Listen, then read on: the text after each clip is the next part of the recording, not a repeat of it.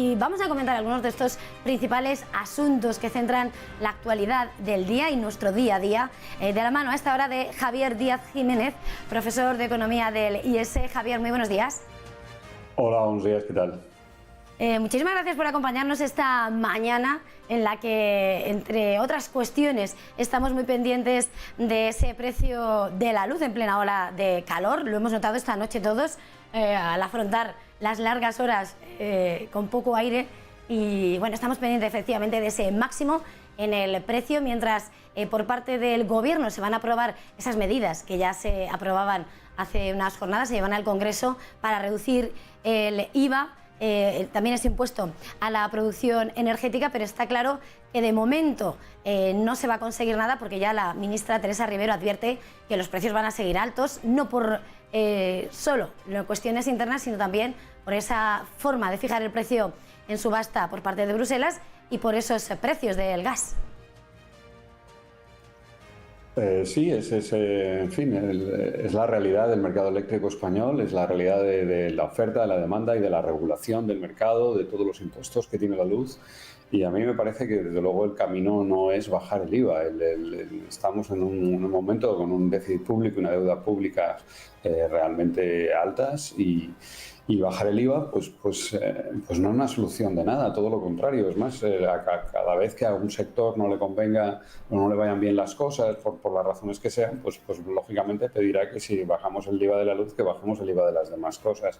Me parece que crea un mal precedente y que no es la forma de resolver un problema que tiene otras causas y que realmente lo que vamos a hacer con este tipo de medidas es generar más dificultades de lo que estamos resolviendo. Pendientes de los impuestos, evidentemente. Estamos pendientes también de los presupuestos generales del Estado ya para el año que viene. Se esperaba que en los próximos días, ya lo anunciaba el Gobierno, se presente ese techo de gasto que simplemente hay que presentar, que este año no hay que votar, pero en este contexto ya hemos conocido hasta dónde ha alcanzado la deuda, un nuevo máximo histórico. Lo presentaba ayer el Banco de España, esa deuda récord de 1,4 billones de euros. Durante todo el tiempo de la pandemia se está diciendo que evidentemente es el momento de apoyar a la economía, pero también empiezan a despertarse esas voces por parte de distintos organismos, como puede ser la AIREF o FUNGAS, en la que hablan a encaminar un proceso que nos prepare para el día que se acaben las ayudas. Hay que afrontar esa deuda. Sin duda alguna. Yo creo que es verdad que todavía estamos en plena pandemia, pero en algún momento vamos a tener que empezar, antes que después, vamos a tener que empezar a pensar en la consolidación. El nivel de la deuda española es insostenible, está muy lejos en relación con el Producto Interior Bruto de los criterios de Maastricht, del 60% que establece el Pacto de Estabilidad y Crecimiento, y vamos a tener que volver a la consolidación, una consolidación que nos va a llevar muchos trimestres, muchos años, y de la que vamos a estar hablando enseguida, en cuanto se pase esto, en cuanto ya la situación sanitaria se estabilice, lleguemos a la inmunidad suficiente.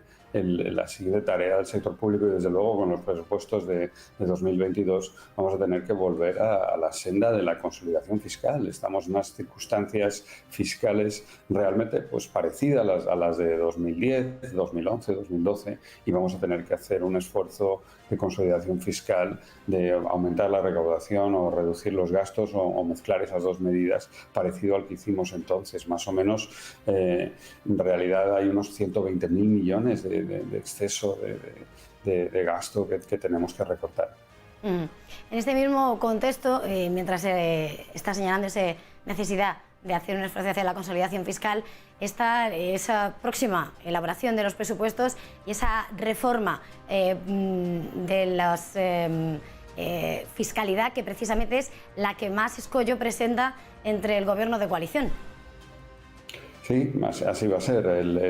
Vamos a ver exactamente qué es lo que ocurre, cómo evoluciona la preparación de los presupuestos, que no olvidemos que tiene que producirse enseguida, ¿no? Las próximas semanas, y que presenta tensiones, porque claramente las sensibilidades en la coalición son distintas. Podemos hizo una campaña claramente de una fiscalidad muy agresiva, sobre todo con las rentas altas, y mientras que el PSOE va a intentar mantener una fiscalidad razonablemente estable inexplicable. Vamos a ver quién puede más en el gobierno y si van a ser los impuestos directos, los impuestos indirectos los que más van a retocarse, porque necesariamente vamos camino de una subida de tipos. Eso me hace mirar a esa cita imprescindible de esta semana, es mañana, reunión del Banco Central Europeo. Es verdad que no se esperan cambios en política de tipos, sí se va a mirar inflación o lo que se pueda decir o de avanzar en torno a cuándo sea el momento de retirar estímulos. Sí, ya veremos. Lagarde ha anunciado que iba a haber alguna noticia interesante, a ver exactamente de qué va a hablar. Yo creo, de todas formas, que lo que ha hecho el Banco Central Europeo hasta ahora ha sido ir un poco a rebufo, ir detrás de la Reserva Federal. Si la Reserva Federal ha dicho que hasta finales de 2022, pues el Banco Central Europeo no creo que vaya a adelantarse, a menos que hubiera, por supuesto, alguna sorpresa en una inflación mucho más alta de la que estamos observando, con una inflación subyacente subiendo de una forma intensa y que ocurriera antes de lo previsto. Entonces, es muy difícil. Yo no espero que mañana él vaya a decir... vaya a adelantar la fecha de retirada de estímulos o de tapering, de atenuación de las compras de deuda pública. Quizás lo más razonable o lo más probable es que veamos una continuación de esta política tan ultra expansiva. Está claro que los bancos centrales nos van a tener pendientes y van a marcar esta segunda parte del año en un momento en el que además se está esperando esa llegada, ese primer desembolso de los fondos europeos. Ya se está elaborando todas las herramientas para trasladar ese monto y llevar a cabo esos proyectos, esos retos de transformar la economía española en esa economía que precisa de transformación. Esta semana se presentaba esos Next Tech y hoy ya comienza, ayer repartía para allá el presidente del gobierno esa roadshow del presidente Pedro Sánchez en Estados Unidos, en el que va a tratar de buscar atraer inversores para las startups, para esas empresas de crecimiento, y lo hace allí en Silicon Valley y en Nueva York, un viaje que no es político. Sí, y es una magnífica idea realmente eso, y la noticia que habéis comentado de facilitar la creación de nuevas empresas tecnológicas, de startups.